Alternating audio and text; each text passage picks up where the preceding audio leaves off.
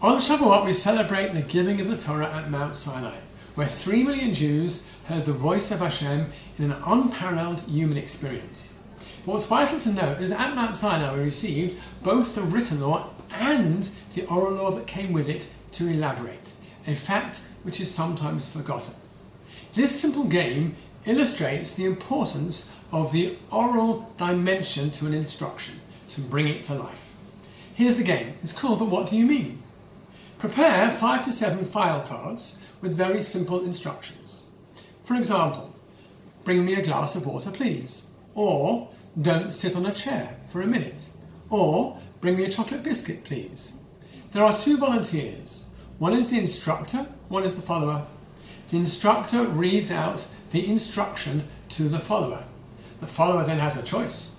They can do it as it is, or they can ask for more details until they're clear exactly what the instructor is looking for. By the way, on the card itself, it tells you what the instructor is looking for, but that isn't shared with the follower until they get there themselves. So for example, with a glass of water, the instructor, in my example, is looking for tap water, not sparkling, no ice cubes, 3/4 of a glass please. Don't sit on a chair for a minute, but you can sit on the floor or sit on somebody's lap who's sitting on a chair. At the end of this video, we have a list of suggested instructions and their meanings for you. But the game illustrates that without the oral elaboration, the instruction by itself is not clear enough. The last 3 instructions are mitzvot from the Torah. And here we give the follower and the instructor new identities.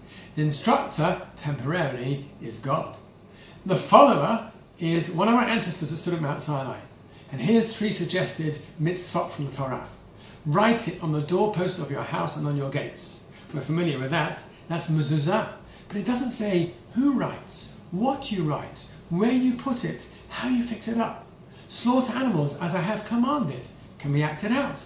It doesn't say how you slaughter, with what you slaughter, etc.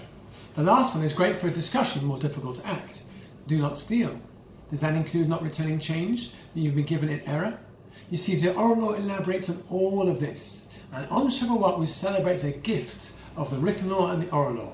The oral law is the torch that illuminates the written law and has done so for 3,000 years. Chag Sameach.